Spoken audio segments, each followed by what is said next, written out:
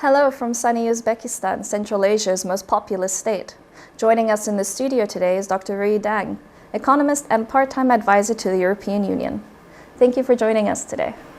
Thank you very much. It's my great pleasure to be invited to be here. And today we're going to be discussing about Uzbekistan's accession to the WTO. I know this process began in 1994 when the first working party was formed. And now, many years on, we have just seen the sixth meeting of the working party in March. Where do you see Uzbekistan going now with the WTO?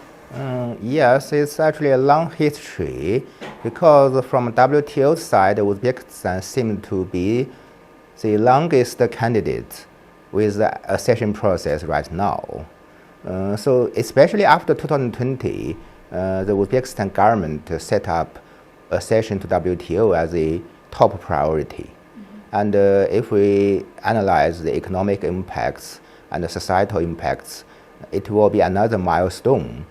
Suppose Uzbekistan would be accepted as a WTO member. Yes, so right now, the last work party meeting was held in Geneva in March. So the date of the next meeting, next work party meeting, is actually open to be discussed. But meanwhile, the bilateral meetings between Uzbekistan and other member states and multilateral meetings are ongoing. And what do you see are the biggest challenges to the accession process? So right now, according to the official message from the Uzbekistan government, in particular from the statements made by the Deputy Prime Minister Jamshid Hojayev, yes, Uzbekistan has high, at least in the government, has a high level of political willingness to speed up with the negotiation process. Yes. However, from WTO side, also from the side of the WTO existing member states, so Uzbekistan needed to report the proposals and plans of the adjustment of the domestic legal environment and domestic laws in order to adapt to the WTO, regulations. In particular, the laws of the market access of the foreign products and the laws regarding to the protection of the intellectual property of the, the foreign, let's say, the foreign companies who will invest in Uzbekistan. And how do you think that the accession process is going to affect Uzbekistan's domestic market? Yes, this is a complicated question. Because right now we see that in Uzbekistan, there are still existing many state-owned companies. Of course, the IPO process is ongoing since a few years ago. And some IPO process went well, but some IPO process is not as smooth as the foreign investor had expected. Yes, but because the state-owned companies in the country, they receive the government subsidies, so which against actually WTO's spirits, so WTO's spirits. So that's one of the actually requirements in WTO. Hope Uzbekistan government to offer the solutions. I mean, to offer the fair treatments to foreign companies who enter the Uzbekistan government, comparing to the, the foreign treatments between the foreign companies and the domestic companies. So it still takes some, legal procedure. It cannot be complicated within 1 or 2 months. Yes. So this is actually one of the, the large barriers because the Uzbekistan government needed to, at least to right now, to submit the future roadmap of how to give the fair treatments to the foreign companies who intend to enter Uzbekistan. Yes, this is actually the domestic legal change and the domestic consensus for the legal change in order to be adapted to WTO regulation, would be a major challenge, but also would be a good opportunity for the future development of Uzbekistan. Thank you. But isn't it common for countries to have preferential trade agreements with certain other nations? Would this not be part of that? The point is that Central Asia right now, most of the neighbor country of Uzbekistan actually was a part of the Euro-Asia Economic Community. If you can understand, in the other part of the world, African countries, America, North America, South America, Europe, and Asia Pacific, the main topic is free trade zone and free trade agreements. Yes. Yes. So there is actually a gap right now. So why more and more countries are happy to join the free trade agreements? Because the free trade agreements basically lowers down the costs of cross-country trade. Mm-hmm. Of course, it increases competition, but the competition finally will most likely to benefit the let's say the citizens of each country, because the competition makes makes the goods and services more affordable and cheaper. So in Central Asia, traditionally, the main trade partner is Russia and China. Mm-hmm. So with Russia, there was already an existing framework of the Euro-Asia Economic Community. And with China, and there's actually, we can't really name a free trade agreements ongoing with China. Of course, China is supporting Uzbekistan to be in accession to the WTO. This will be the first step. But we cannot rule out the future possibility that China will be willing to start up negotiation of free trade zone with the Central Asian countries like Uzbekistan and Kazakhstan or Kyrgyzstan. And if you know that right now another priority is the construction of the railroad from China to Uzbekistan through Kyrgyzstan, mm-hmm. So which will lower down the cost of goods trading between China and Uzbekistan, we can see that the investment from China to Uzbekistan is also increasing right now. It's visible. Yes, it's visible. And also from logistic reasons, China is, even without railway, still it is most easy to import and export with China. Yes. Yes. And that actually brings me into my next question on how Uzbekistan's accession to the WTO will impact its relations with its major trading partners. It will, of course, increase the relationship, because all the major trading partners are already WTO members. Mm-hmm. And if Uzbekistan joins its families and shares, follow the same rules and regulations, so there will be, of course, it will be a big promotion of the mutual trade between the major trading partners and Uzbekistan. And it will make Uzbekistan's domestic goods, more accessible to the customers in the main trading partners.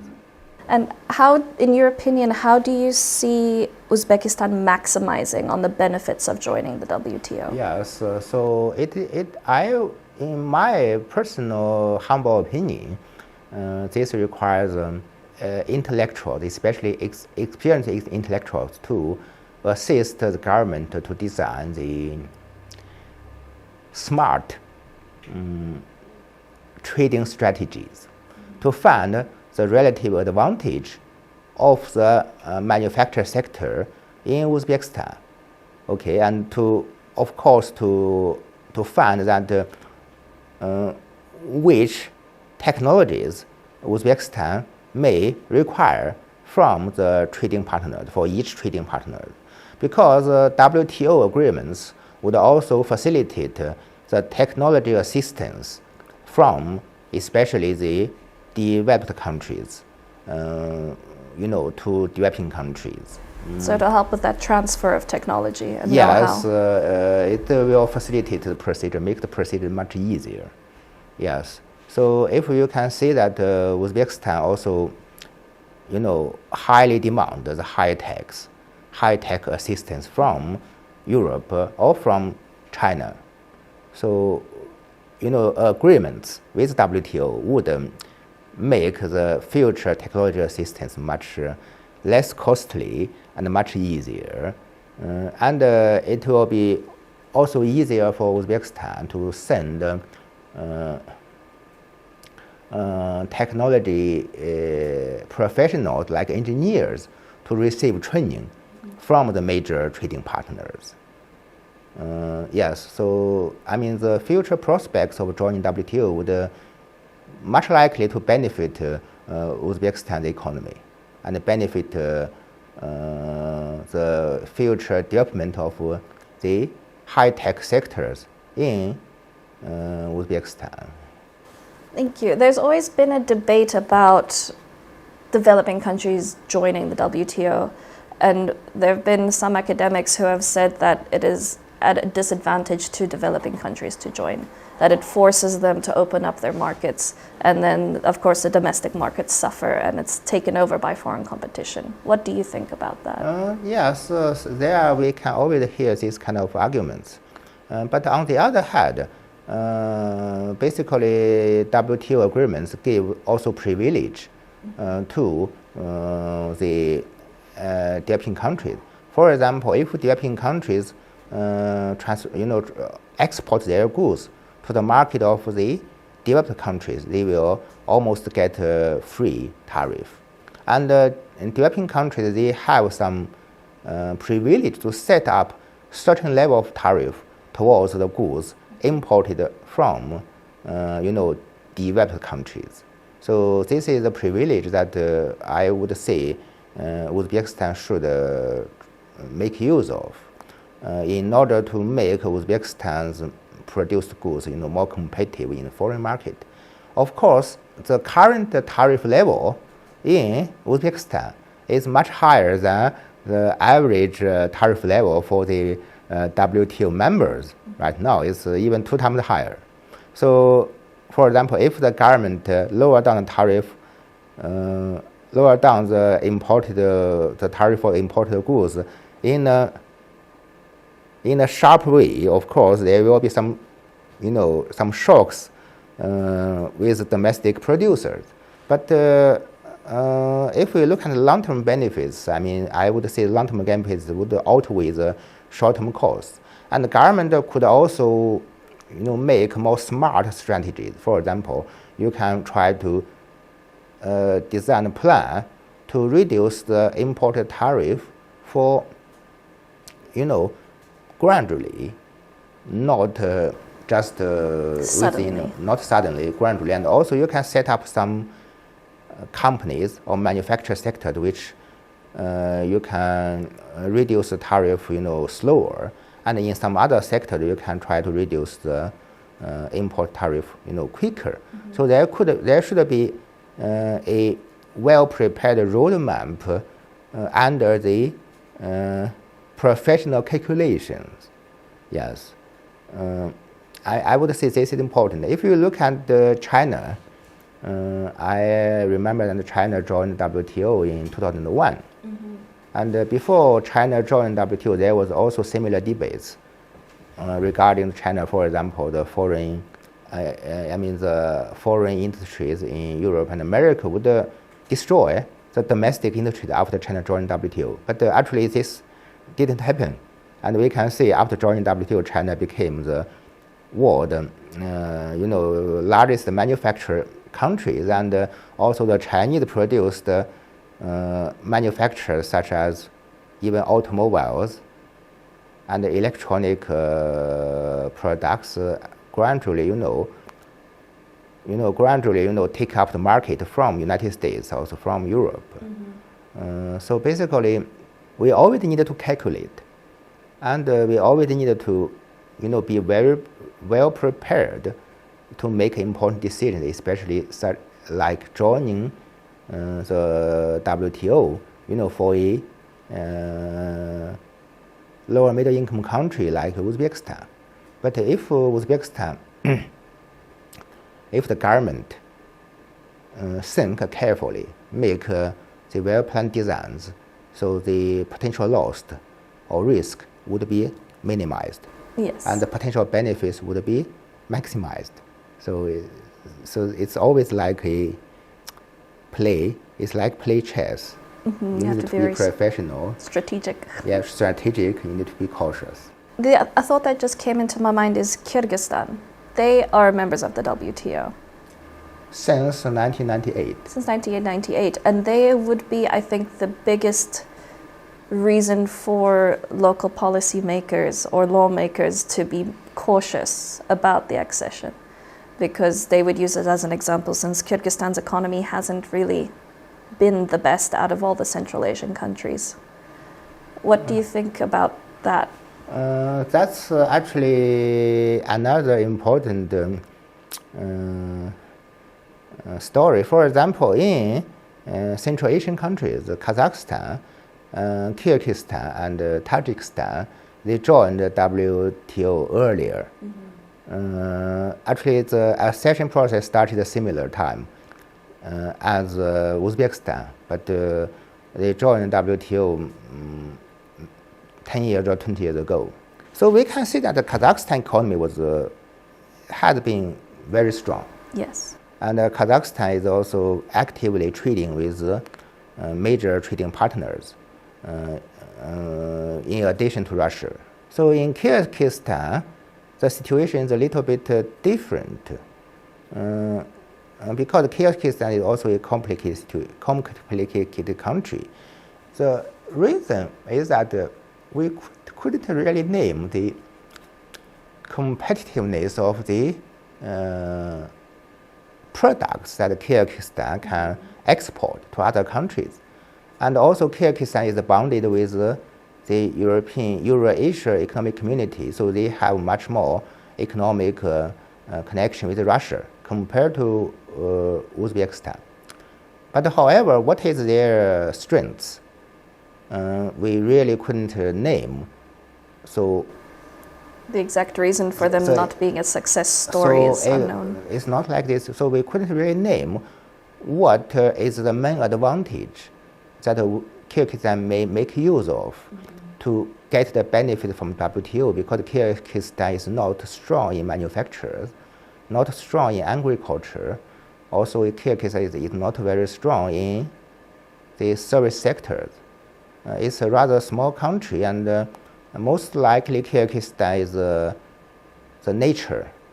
The nature is attractive with foreign tourism. Yes, so tourism would be their biggest industry. Yes, it's their big industry, but the tourism sector couldn't get so much benefit from WTO agreements, because WTO agreements boast the trade of goods and services, especially manufacturing sector, also the financial service sector, and transfer of intellectual properties. So the tourism and hospitality sector is a very small part of the service sector. Yeah. So we have to analyze case by case. Like in Uzbekistan, Uzbekistan is the most populous country in Central Asia, and Uzbekistan has a relative well-developed manufacturing sector compared to all other Central Asian countries. If you say Kazakhstan economy is more based on the mining and the energy sector, yes. But Uzbekistan has indeed manufacturers and much more diversified economy. Yeah, diversified economy. So we can say that the Uzbekistan economy has higher potential to benefit from the trading agreements and the technology assistance agreements if Uzbekistan would be accepted as a member of WTO. And do you have any concluding remarks? I am happy to share with my personal analysis of the Uzbekistan's future prospects of joining WTO. Especially Uzbekistan has high potential to develop the green economic sector. It means also Uzbekistan has the potential to, produce the products that focus on environmental protection for both domestic needs and for the export to other countries in future. So basically, if Uzbekistan would like to attract investments for the green sectors and would like to get the technology, of course, it will be much easier to be part of a big family. So if everybody in this big family have the same legal environment and follow the same regulations, it of course will be much easier for the technology transfer. For the further boost of the manufacturing sector and economic growth. Of course, the boost of manufacturing sector will boost the job market. Right now, you can say Uzbekistan has a high level of population growth, but where the government can create market to create jobs for the young generation. Of course, to invest, to attract foreign investment, to expand the manufacturing sector and service sector would be one of the best strategy to, let's say, to create the jobs for the younger generation. To retain them here. Yes, to retain them here, to make them life more decent. Yes. Yes. So right now, one of the very big challenge is energy shortage in Uzbekistan. But how to solve it, I have discussed with many experts. So the best solution to solve the energy crisis in Uzbekistan is to introduce the renewable energy. But a more efficient solution is to introduce the nuclear power plant. Mm-hmm. And there are some that are going to be. So, but the nuclear power plant involves in technology transfer, technology assistance. So basically, with WTO agreements, it will be, easier for Uzbekistan government to negotiate with the countries who have high level of technology in the nuclear power plants. And the nuclear power plants will basically be a fundamental solution, for the current energy shortage challenges faced by Uzbekistan. And I think another advantage to the nuclear power plants is that Uzbekistan produces its own uranium. Yes. So just cycle back into the system. Yes. And then they would also have to do a complete overhaul of the current infrastructure that they have with the electrical grid. Yes, the current electricity grid has not been updated, since almost half a century. Yes. Yes. So basically, yes, the government needed to attract investment to,